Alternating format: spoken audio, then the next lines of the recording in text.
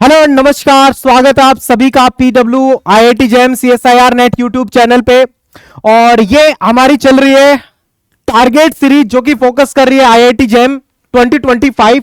और हम लोग आज के सेशन में देखने वाले पीवाईक्यू प्रैक्टिस सेशन। और ये जो क्वेश्चंस रहेंगे पीवाईक्यू, ये आईआईटी जेम के प्रीवियस ईयर क्वेश्चन रहेंगे। और टॉपिक जो है वो इवोल्यूशन रहेगा। मींस इवोल्यूशन में अभी तक जो भी क्वेश्चंस आए हैं आईआईटी जेम में, उन क्वेश्चंस को हम लोग डिस्कस करने जा रहे हैं। चलिए स्टार्ट करते हैं, देखते हैं क्वेश्चंस कैसे कैसे क्वेश्चंस आए हैं और तैयारियां कैसी चल रही है आप लोगों की। आई होप सब बढ़िया चल रहा है। लास्ट क्लास में हमने डिस्कस किया था टी लिम्फोसाइट्स और एन के सेल्स। मींस हम लोगों ने लिम्फोसाइट्स के बारे में बात की थी। बी लिम्फोसाइट पहले देख लिया था, टी लिम्फोसाइट और एन के सेल हमने प्रीवियस क्लास में डिस्कस किया था। आज क्या है, आज मैं बता चुका हूं, हम लोग इवोल्यूशन के पीवाईक्यू देखेंगे जो आईआईटी जेम में क्वेश्चन पूछे गए हैं। सो ये पूरा क्वेश्चन प्रैक्टिस रहेगा, देखना है किस तरह से क्वेश्चन आए हैं। यहां से आपको आइडिया लेना है क्या कि जो फ्रीक्वेंट टॉपिक है, फ्रीक्वेंट टॉपिक जहां से क्वेश्चन पूछे गए हैं, उन टॉपिक्स का आइडिया आपको लेना है और कैसे क्वेश्चंस आपको अटेम्प्ट करने हैं। क्वेश्चन मल्टीपल सेलेक्ट क्वेश्चन है या फिर सिंगल चॉइस क्वेश्चन है, एमसीक्यू है या एमएसक्यू है,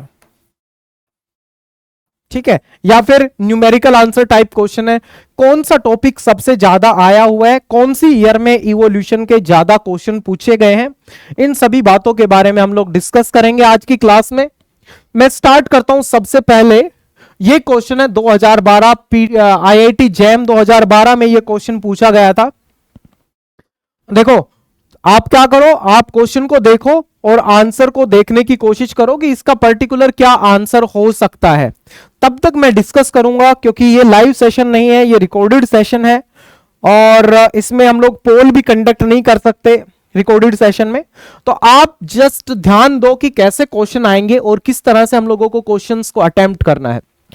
in blank evolution anatomical structure develop in different directions to adapt different functions।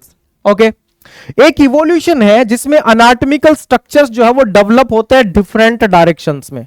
अब डिफरेंट डायरेक्शंस में अडेप्टेशंस हो रही है। इट मींस हम लोग किस बारे में बात कर रहे हैं, हम लोग बात कर रहे हैं यहां पे डाइवर्जेंट इवोल्यूशन के बारे में। हम लोग यहां पर डाइवर्जेंट इवोल्यूशन के बारे में बात कर रहे हैं, क्योंकि यहां पर एज इट इज लिखा है कि anatomical structures develop in different directions. Okay, different different directions में वो स्ट्रक्चर्स जो डेवलप हो रहे हैं और वो डिफरेंट डिफरेंट फंक्शंस परफॉर्म कर रहे हैं। ऐसे स्ट्रक्चर जिनका एम्ब्रियोनिक ओरिजिन सेम हो, जिनका एम्ब्रियोनिक ओरिजिन सेम हो और जिनका स्पेसिफिक फंक्शन अलग अलग हो और जिनमें अलग अलग अडेप्टेशंस हो, ऐसे स्ट्रक्चर्स को हम लोग क्या बोलते हैं, ऐसे स्ट्रक्चर्स को हम लोग क्या बोलते हैं भाई, होमोलोगस स्ट्रक्चर। ऐसे स्ट्रक्चर्स को हम लोग क्या बोलते हैं, होमोलोगस स्ट्रक्चर बोलते हैं। तो इवोल्यूशन कैसा है, इवोल्यूशन है डाइवर्जेंट, और स्ट्रक्चर कैसे हैं, होमोलोगस स्ट्रक्चर है। तो डाइवर्जेंट इवोल्यूशन है, यहां पर आएगा आंसर में क्या, डाइवर्जेंट इवोल्यूशन। और स्ट्रक्चर कैसा है, स्ट्रक्चर है होमोलोगस। हम लोग ये भी देखते हैं कि होमोलोगस स्ट्रक्चर्स जो है या होमोलोगस ऑर्गन्स हैं, they are the product of divergent evolution. Homologous structures are the product of divergent evolution. Divergent evolution.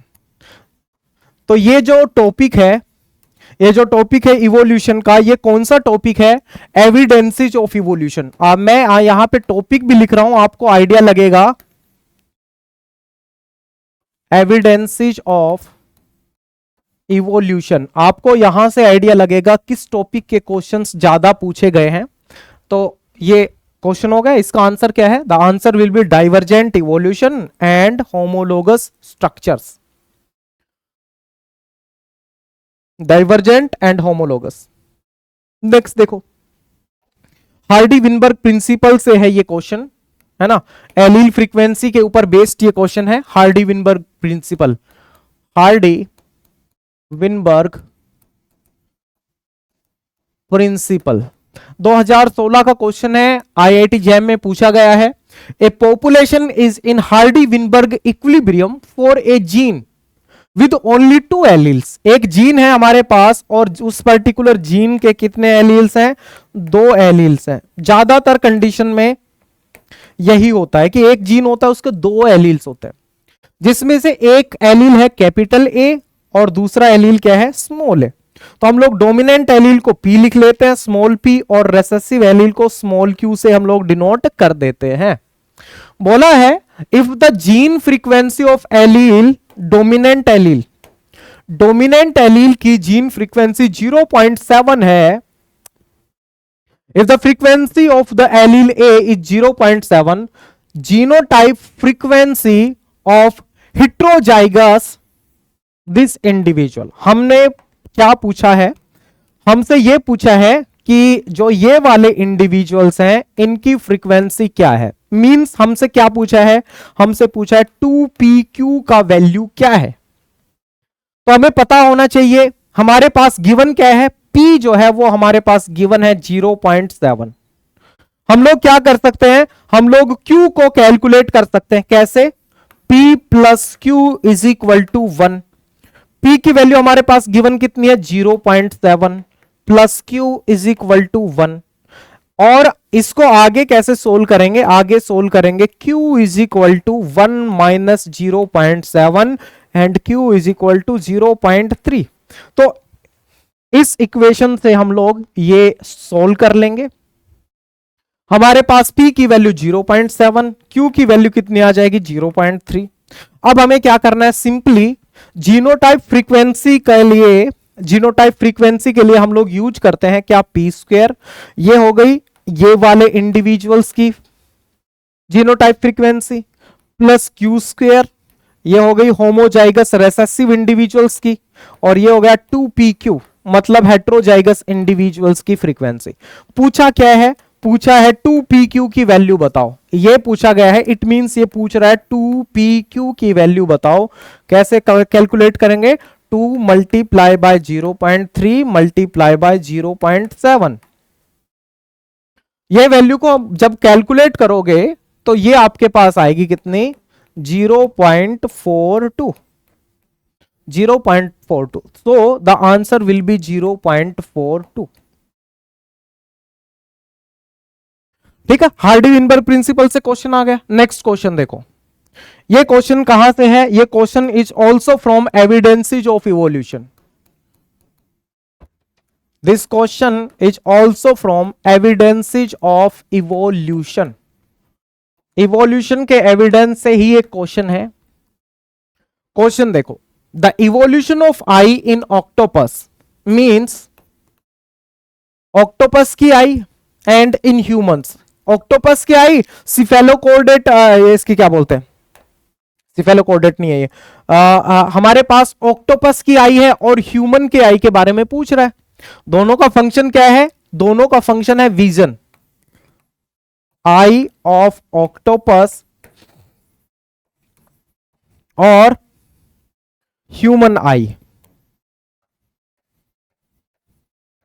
जब हम लोग एग्जाम्पल पढ़ते हैं एनालोगस स्ट्रक्चर्स के, जब हम लोग एनालोगस स्ट्रक्चर्स के एग्जाम्पल पढ़ते हैं, एनालोगस स्ट्रक्चर्स, तो एनालोगस स्ट्रक्चर्स के एग्जाम्पल में हम सिफेलोपोड एंड वर्टिब्रेट आई के बारे में भी बात करते हैं।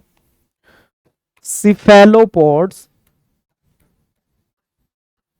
And vertebrate eye. Cephalopod and vertebrate eye, तो ये हमारे पास ये है सिफेलोपोड और वर्टिब्रेट आई। दोनों का फंक्शन क्या है, विजन। दोनों अलग अलग ग्रुप के मेंबर्स हैं, ये दोनों क्या हुए, कन्वर्ज हुए, सिमिलर अडेप्टेशंस पे कन्वर्ज हुए। ऑक्टोपस की आई क्या है, this is modification of skin, this is modification of skin, मतलब एम्ब्रियोलॉजिकल स्ट्रक्चर जो है वो अलग है। और ये क्या डेवलप होता है, it develops from embryonic brain, develops from embryonic brain. या हम ऐसे बोल सकते हैं कि जब एम्ब्रियो का नर्वस सिस्टम डेवलप हो रहा होता है तभी ह्यूमन आई की फॉर्मेशन होती है। तो दोनों का एम्ब्रियोलॉजिकल ओरिजिन सेम या different? Embryological origin different, function दोनों का क्या है? सेम है। ग्रुप्स क्या है? डिफरेंट ग्रुप है। हो क्या रहे हैं? कन्वर्ज हो रहे हैं, कन्वर्ज हो रहे हैं। और कन्वर्ज होके क्या बनाते हैं? कन्वर्जेंट इवोल्यूशन ये शो कर रहे हैं क्योंकि कन्वर्ज हो रहे हैं। और इस तरह के इवोल्यूशन को हम कन्वर्जेंट इवोल्यूशन बोलते हैं। और यहां से जो स्ट्रक्चर बनते हैं उन स्ट्रक्चर्स को क्या बोलते हैं? उनको बोलते हैं एनालोगस स्ट्रक्चर। ऐसे स्ट्रक्चर्स को क्या बोलते हैं? Analogous structure. तो इस क्वेश्चन में कहीं पर भी एनालोगस स्ट्रक्चर नहीं है। इस क्वेश्चन में पूछा है कि या क्या ये डाइवर्जेंट इवोल्यूशन का एग्जांपल है, क्या ये कन्वर्जेंट इवोल्यूशन का एग्जांपल है, क्या ये अडेप्टिव रेडिएशन का एग्जांपल है, क्या ये जेनेटिक ड्रिफ्ट का एग्जांपल है? जेनेटिक ड्रिफ्ट में क्या होता है? सडन एलील की फ्रीक्वेंसी चेंज होती है। तो ये उस चीज का तो एग्जांपल है नहीं भाई। डाइवर्जेंट इवोल्यूशन का भी एग्जांपल नहीं है। अगर डाइवर्जेंट इवोल्यूशन होता तो होमोलोगस स्ट्रक्चर बनते, लेकिन ये होमोलोगस स्ट्रक्चर नहीं है। ये कैसे स्ट्रक्चर हैं? They are the example of analogous structure. और analogous structures are the product of convergent evolution. Converge क्यों होते हैं? कॉमन अडेप्टेशन पे ये कन्वर्ज होते हैं, सेम अडेप्टेशन पे कन्वर्ज होते हैं, सेम फंक्शन परफॉर्म करने के लिए कन्वर्ज होते हैं। इसलिए आंसर में क्या आएगा? कन्वर्जेंट। तो the answer will be convergent evolution. तो एविडेंसेस ऑफ इवोल्यूशन से ये हो गया क्वेश्चन। नेक्स्ट देखो, ये फिर से आ गया हार्डी विनबर्ग इक्विलिब्रियम से।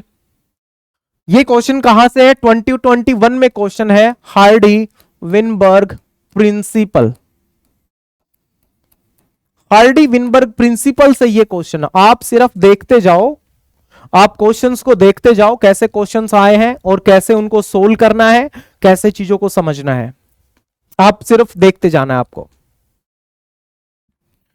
यहां से हम लोग डिस्कस कर रहे हैं in a population at Hardy Weinberg equilibrium. एक पॉपुलेशन है जो कि हार्डी विनबर्ग इक्विलिब्रियम में है, एक पर्टिकुलर जीन जो कि एक्स जीन है उसके लिए। और इस एक्स जीन के दो एलील हैं। एक तो क्या है? एक्स तो है जीन, और इस जीन के दो एलील हैं। एक एलील जो है कैपिटल ए, दूसरा एलील है small A. If the frequency of capital A allele is 0.2 and the frequency of small A allele is 0.8। Okay, यहां पे ये नहीं बताया गया कि कौन सा डोमिनेंट है कौन सा रेसेसिव है। यूजुअली जो डोमिनेंट होता है उसको हम लोग कैपिटल से लिखते हैं, और इसने कैपिटल से लिखा है, इट मींस ये डोमिनेंट। 0.2 एंड 0.8। तो हमारे पास P की वैल्यू कितनी है? P is equal to 0.2 and Q is equal to 0.8। यहां तक की चीजें हमें समझ में आई है। क्या बोलता है? The frequency of heterozygous genotype. If the frequency of allele capital A is this and the frequency of allele is this, the frequency of heterozygous genotype this in that population will be. Means हमसे क्या पूछा है? 2pq की value पूछा है। 2 multiply bye p की value आपको पता है 0.2 एंड q की वैल्यू आपको पता है 0.8, और ये टोटल वैल्यू कितनी आ जाएगी? 8 दूनी 16, 16 दूनी 32, 0.32। ये वैल्यू कितनी आ जाएगी भाई? 0.32। Answer will be 0.32। तो ज्यादातर आपसे हेट्रोजाइगस इंडिविजुअल की फ्रीक्वेंसी पूछी है ना? 2pq की वैल्यू पूछी। प्रीवियस क्वेश्चन में भी 2pq पूछा कि 2pq क्या होगा, यहां पे भी पूछा 2pq क्या होगा। तो 2pq का मतलब ये हेट्रोजाइगस इंडिविजुअल्स की फ्रीक्वेंसी के बारे में पूछ रहा है। नेक्स्ट एक और देखो, ये भी हार्डी विनबर्ग प्रिंसिपल से है। हार्डी विनबर्ग लॉ से ही या हार्डी विनबर्ग प्रिंसिपल से ये क्वेश्चन है। क्वेश्चन क्या है? A randomly mating population, the frequency of this allele, frequency of this allele is 0.7। What is the frequency of heterozygous genotype? ऐसा क्वेश्चन आप एक बार देख चुके हो। अगर इसकी फ्रीक्वेंसी 0.7 है तो इसकी फ्रीक्वेंसी कितनी आ जाएगी? 0.3। हमें निकालना क्या है? ये हेट्रोजाइगस जीनोटाइप की फ्रीक्वेंसी निकालनी है। Means we have to find out 2pq। ये फाइंड आउट करना है। As simple as that 2 multiply by 0.7 multiply by 0.3, ये आ जाएगा 0.42। इसका मतलब ये क्वेश्चन रिपीट हुआ है, ये क्वेश्चन रिपीट हुआ है, 0.42 इसका आंसर आ जाएगा। ये फ्रीक्वेंसी हमारे पास हेटेरोजाइगस की रहेगी। तो लास्ट क्वेश्चन में भी फ्रीक्वेंसी कितनी आई थी? 0.42। इस क्वेश्चन में भी फ्रीक्वेंसी क्या है? 0.42 ही फ्रीक्वेंसी है। क्लियर सभी को? अब देखो जरा आप 2022 में कैसे कैसे क्वेश्चन आए हैं। ये फोसिल से क्वेश्चन आया है, फोसिल से। क्वेश्चन में क्या है? क्वेश्चन में है the fossilization process in which mineral rich water penetrates through the pores of decomposed organic matter.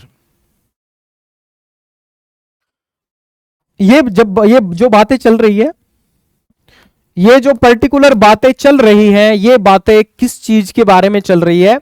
देखो हम लोग बात करते हैं सेडिमेंट्री रॉक्स, है ना। सेडिमेंट्री रॉक्स के बारे में बात करते हैं। सेडिमेंट्री रॉक्स जो है किसी वाटर बॉडी में बनती है। जब सेडिमेंट वाटर बॉडी में आके इस तरह से, मान के चलो ये कोई वाटर बॉडी हमारे पास, दिस इज वाटर बॉडी। इस वाटर बॉडी में सेडिमेंट आया और सेडिमेंट की एक लेयर इस तरह से आ गई, सेडिमेंट की दूसरी लेयर इस तरह से आ गई, सेडिमेंट की तीसरी लेयर इस तरह से आ गई। अगर यहां पे कोई ऑर्गेनिज्म ट्रैप हो जाता है तो हमें मिलती है ये इस तरह की फॉसिल। सेडिमेंट्री रॉक्स में हमें जो फॉसिल मिलती है कुछ इस तरह से मिलती है। यहां क्या हुआ? आप काफी बार देखते होंगे कुछ इस तरह की फॉसिल्स आपको देखने को मिलती होंगी, ऐसी ऐसी। दे आर पेट्रीफैक्टेड फॉसिल्स, ठीक है। They are petrified fossils. होता क्या है, मान के चलो ये यहां पे ऑर्गेनिज्म था, है ना। ये ऑर्गेनिज्म का स्ट्रक्चर था, इस ऑर्गेनिज्म का ऑर्गेनिक मटेरियल था। ऑर्गेनिक मटेरियल क्या हो रहा है? जैसे जैसे फोसिलाइजेशन का प्रोसेस हुआ है, ये ऑर्गेनिक मैटर क्या होता है? ऑर्गेनिक मैटर जो है वो बाहर निकलता रहता है। ऑर्गेनिक मैटर तो आउट होता रहेगा। यहां से मैं क्या शो कर रहा हूं कि ऑर्गेनिक मैटर यहां से बाहर निकल रहा है। ऑर्गेनिक मैटर जो है वो बाहर निकल रहा है डिकम्पोज हो होके, और इनमें जब ऑर्गेनिक मैटर निकल रहा है उसकी वजह से कुछ पोर्स क्रिएट हो रहे हैं। उन पोर्स के थ्रू क्या हो रहा है? वाटर एंटर कर रहा है, और वाटर जो है वो अपने साथ में लेकर के क्या जा रहा है? सोल्ट्स को लेकर के जा रहा है। तो वाटर जब इधर से पेनिट्रेट करेगा, वाटर जब सोल्ट्स को लेकर जाएगा, तो जहां जहां से ऑर्गेनिक मैटर निकला है बाहर, उस जगह पे क्या होगा? सोल्ट्स का डिपोजिशन हो जाएगा। उस पर्टिकुलर जगह पे क्या होगा? सोल्ट्स का डिपोजिशन होगा। तो हमें एक्चुअल में ऑर्गेनिज्म देखने को नहीं मिलेगा। जैसा ऑर्गेनिज्म पहले हुआ करता था उस ऑर्गेनिज्म का as it is clear structure देखने को मिलेगा। और स्ट्रक्चर में क्या देखने को मिलेगा कि सोल्ट्स जो है वो जमा होगा। जैसा जैसा ऑर्गेनिज्म का स्ट्रक्चर था उसी शेप में सोल्ट जो होगा वो क्या होगा? वो जमा हो जाएगा वहां पे। तो ये जो मिनरल रिच है, ये मिनरल रिच वाटर यहां से एंटर करेगा। मिनरल रिच वाटर मतलब वाटर साल्ट्स को लेकर के जा रहा है, और ये पर्टिकुलर प्रोसेस मान के चलो यहां पे सेडिमेंट्री रॉक में चल रही है। ऑर्गेनिक मैटर बाहर और उसकी जगह इनऑर्गेनिक मिनरल जो है वो डिपॉजिट होता चला जाएगा। एक टाइम पे सारा ऑर्गेनिक मैटर बाहर, और उसकी जगह इनऑर्गेनिक मिनरल्स ले लेगा। और उस तरह से जो फॉसिल्स बनती है, उस फॉसिलाइजेशन को प्रोसेस को क्या बोला जाता है? पेट्रीफैक्शन, ठीक है। That process is known as petrification.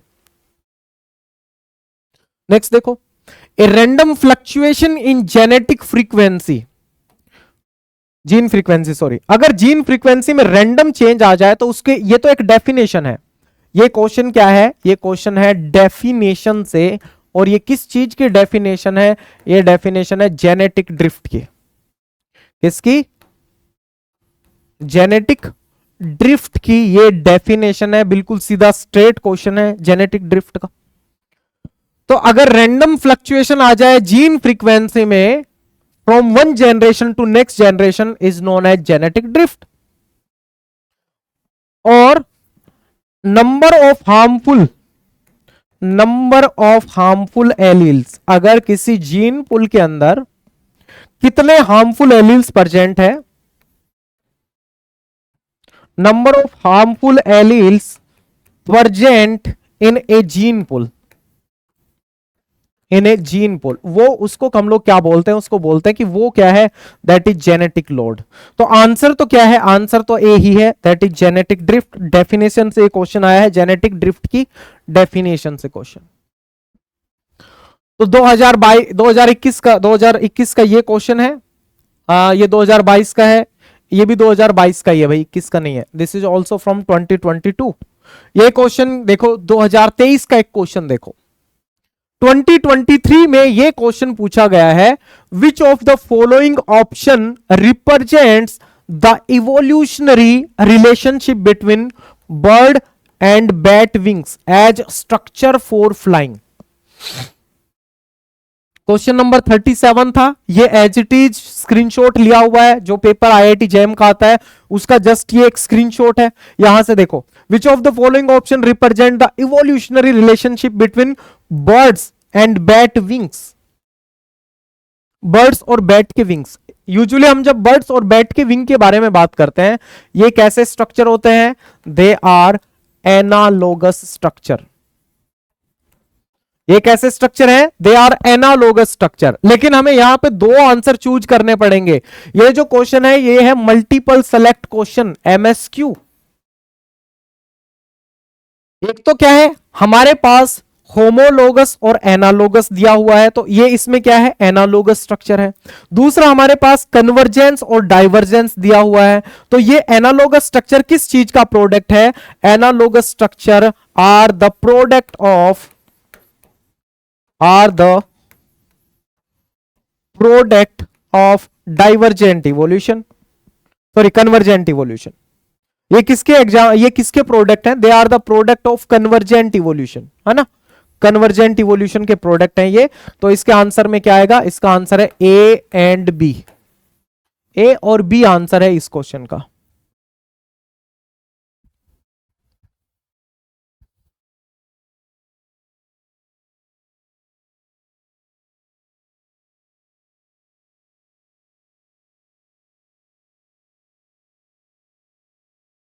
Next देखो, the inability in humans to test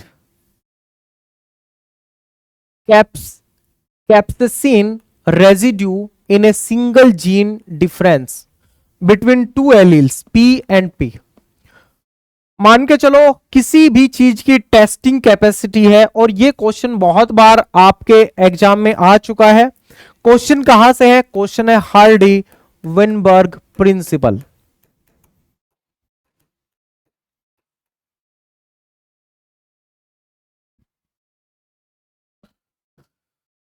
तो ये कैप्सेसिन के बारे में बात चल रही है, बोल रहा है कि हमारे पास एक जीन है, जो जीन रेस्पॉन्सिबल है किस बात के लिए, कुछ चीज टेस्ट करने के लिए। मान के चलो इतना, कोई किसी चीज को टेस्ट करने के लिए है। ये वाले इंडिविजुअल जो है, द एलील डोमिनेंट पी, ये डोमिनेंट एलील है, for testing is dominant over the non testing allele. तो ये डोमिनेंट है, मींस ये क्या है, ये टेस्टिंग शो करता है। और ये वाला जो है, ये रिप्रेजेंट कर रहा है नॉन टेस्टर। तो जो डोमिनेंट वाला है वो टेस्टर है। In a population of 400 individuals in Hardy Weinberg equilibrium 64 are non tester. क्या कहा गया है, कहा गया है कि 64 जो है out of 400 they are non taster, they are non tester.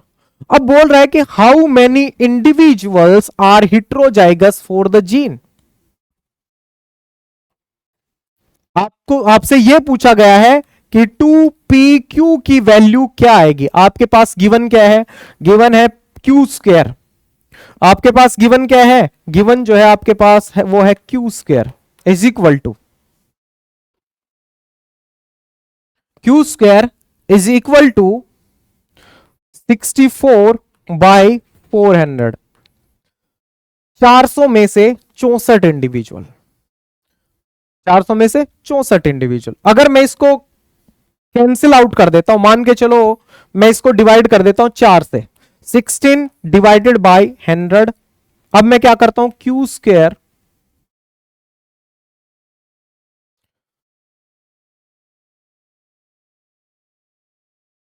यहां से देखो भाई, यहां से देखो, यहां से देखो, आप क्या करो, आप इसको एज इट इज कर दो, ऐसे मत करो आप क्या करो इसको, आप ऐसे करो 64 डिवाइडेड बाय दिस, है ना।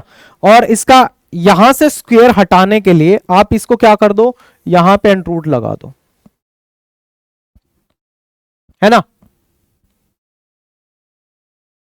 और ये इसकी वैल्यू क्या आ जाएगी, this is equal to 8 divided by 20, 8 divided by 20, ये आपके पास वैल्यू आ जाएगी, and that will be equal to 4/10, और that will be Q is equal to 0.4। तो आपके पास यहां से क्या आ जाएगा, आपके पास आ जाएगा Q इज इक्वल टू 0.4, तो आपके पास P का वैल्यू क्या आ जाएगा, ये आ जाएगा 0.6, है ना। ये क्या आ जाएगा, 0.6 आ जाएगा।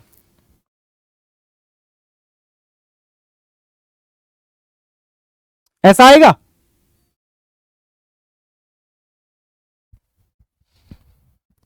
ऐसा आएगा।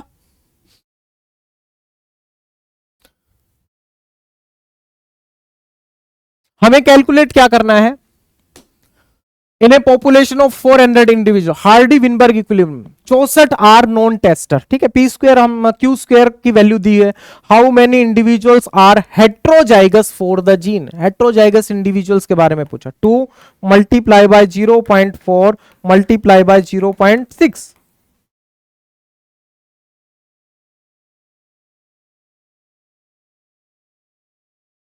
करो कैलकुलेट करो, इसको कैलकुलेट करोगे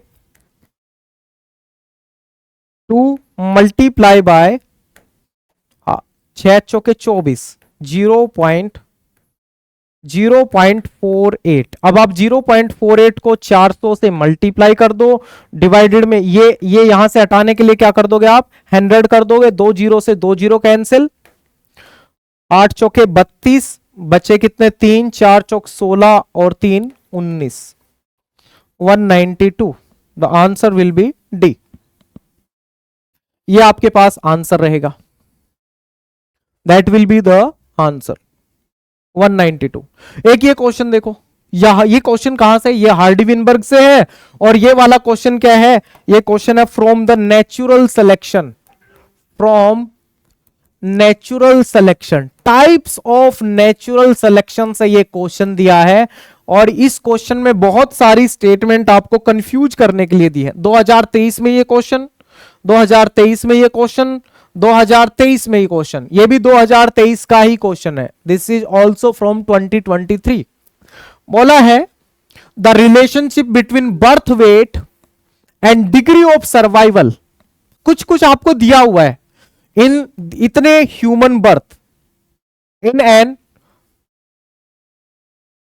obstetric, in an obstetric hospital, it's shown in the figure below, the mode of selection for the birth weight is। ये सारी की सारी जानकारी जो है, जो आपको दी हुई है, ये जानकारी जो है वो यूजलेस है आपके लिए। ये जानकारी क्या है आपके लिए, यूजलेस है, ये जानकारी किसी भी काम की नहीं है। आपको यहां दिया है, ठीक है, आपको यहां क्या दिया है, डिग्री ऑफ सर्वाइवल, आपको ये degree of survival, number of individuals means, और यहां पे क्या दिया है, ट्रेट दिया है, यहां पे क्या दिया है, ट्रेट दिया है। और ट्रेट क्या है, बेबी का बर्थ, ह्यूमन बेबी का birth, human baby weight at birth, कि बर्थ के टाइम पे उसका वेट क्या होता है। इसने क्या पूछा है, the mode of selection for birth weight, humans का बर्थ वेट में मोड ऑफ नेचुरल सिलेक्शन के जब बारे में हम लोग बात करते हैं, तो डायरेक्ट एग्जाम्पल में हम लोग जो डिस्कस करते हैं वो क्या, किस बारे में बात करते हैं, यहां से देखो, हम जो बात करते हैं वो किस बारे में बात करते हैं, हम लोग बोलते हैं कि ये जो सिलेक्शन है that is stabilising selection, that is stabilising selection. तो स्टेबिलाइजिंग सिलेक्शन के डायरेक्ट एग्जाम्पल में हम लोग क्या पढ़ते हैं, इसके एग्जाम्पल में हम लोग पढ़ते हैं human baby weight at birth, हम लोग पढ़ते हैं ह्यूमन बेबी वेट,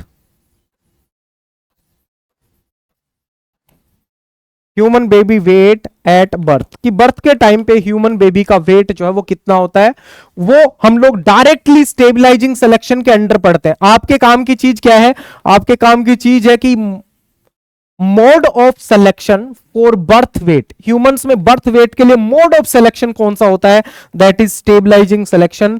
तो the answer is D, so the answer is D. इस केस में क्या होगा, ये जो फ्रीक्वेंसी ट्रेट का जो फ्रीक्वेंसी और ट्रेट का जो ग्राफ होगा, ये हमें इस तरह से देखने को मिलेगा स्टेबलाइजिंग सिलेक्शन के केस में, बाद में तो देखने को मिलेगा, ये अभी हमारे लिए किसी काम का नहीं है, ये जस्ट आपको कंफ्यूज करने के लिए चीजें जो थी वो दी हुई थी। तो ये कुछ क्वेश्चंस थे जो 2023 तक के क्वेश्चंस आए हुए हैं। कुछ और आपको क्वेश्चंस मिल सकते हैं, और वो क्वेश्चन जो होंगे वो मल्टीपल सेलेक्ट क्वेश्चन हो सकते हैं। और किस बेसिस के क्वेश्चन है, वो जो क्वेश्चंस हैं जिसके बारे में मैं बात कर रहा हूं, वो क्वेश्चंस एविडेंसेस ऑफ इवोल्यूशन से क्वेश्चन है। मींस मैक्सिमम जो पार्ट कवर हुआ है, आप जितना देखोगे एविडेंसेस ऑफ इवोल्यूशन और दूसरा हार्डी विनबर्ग प्रिंसिपल से आपको क्वेश्चन मिला है। एक क्वेश्चन फोसिल से मिला है आपको, एक क्वेश्चन मिला है फोसिल से, और बाकी मैक्सिमम क्वेश्चन मिले हैं कहां से, एविडेंस ऑफ इवोल्यूशन से। एक जेनेटिक ड्रिफ्ट का क्वेश्चन मिला है। तो इस बात का कंक्लूजन क्या है, कंक्लूजन ये है कि हमें एलील फ्रीक्वेंसी वाला पार्ट, एलील फ्रीक्वेंसी वाला पार्ट, और हमारे पास हार्डी विनबर्ग प्रिंसिपल, और तीसरा क्या इंपॉर्टेंट है, एविडेंसेस ऑफ इवोल्यूशन। अभी तक जो मैंने टॉपिक्स, जो अभी जिन टॉपिक्स के क्वेश्चन यहां पे रखे हैं, एविडेंसेस ऑफ इवोल्यूशन, यहां से क्वेश्चंस आए हैं। एक क्वेश्चन था यहां से जेनेटिक ड्रिफ्ट से, एक क्वेश्चन हम लोगों ने जेनेटिक ड्रिफ्ट के बारे में देखा है, एक क्वेश्चन था नेचुरल सिलेक्शन से, एक क्वेश्चन था नेचुरल सिलेक्शन से, और एक क्वेश्चन और था जो कहां से था, फोसिलाइजेशन से, या हम लोग बोलते हैं कि फोसिल्स के बेसिस पे एक क्वेश्चन आया था। पेट्रीफैक्शन एक फिनोमिना होता है, पेट्रीफैक्शन, वहां से क्वेश्चन था। तो ये टॉपिक्स हैं जिनसे क्वेश्चंस अभी तक आए हैं, maximum question, evidences of evolution maximum, Hardy Weinberg principle maximum. So ये सबसे ज्यादा इंपॉर्टेंट टॉपिक रहे हैं इवोल्यूशन के अभी तक के आईआईटी जैम के एग्जाम में। इन पार्ट्स को बहुत बढ़िया तरीके से तैयार करो, अच्छे से प्रैक्टिस करो। नेक्स्ट सेशन अगर हम लोग रखेंगे तो वो इम्यूनोलॉजी पार्ट के जो क्वेश्चंस हैं, उन क्वेश्चंस के बेसिस पे हम लोग वो पार्ट रखेंगे। ओके, तो आप बिल्कुल जुड़े रहिए, जब तक आपका एग्जाम नहीं हो जाता तब तक आप इस सीरीज से जुड़े रहिए। काम की चीजें आपकी आती रहेंगी, क्वेश्चन प्रैक्टिस चलती रहेंगी, टॉपिक्स नए नए आते रहेंगे। ठीक है, आज के सेशन में इतना ही। जो नेक्स्ट सेशन रहेगा that will be based on the immunology, और हम इम्यूनोलॉजी के क्वेश्चंस डिस्कस करेंगे नेक्स्ट क्लास में, जो कि आईआईटी जैम में पूछे गए हैं। So that's all for today session, मिलेंगे नेक्स्ट सेशन में। Thank you very much and all the very best.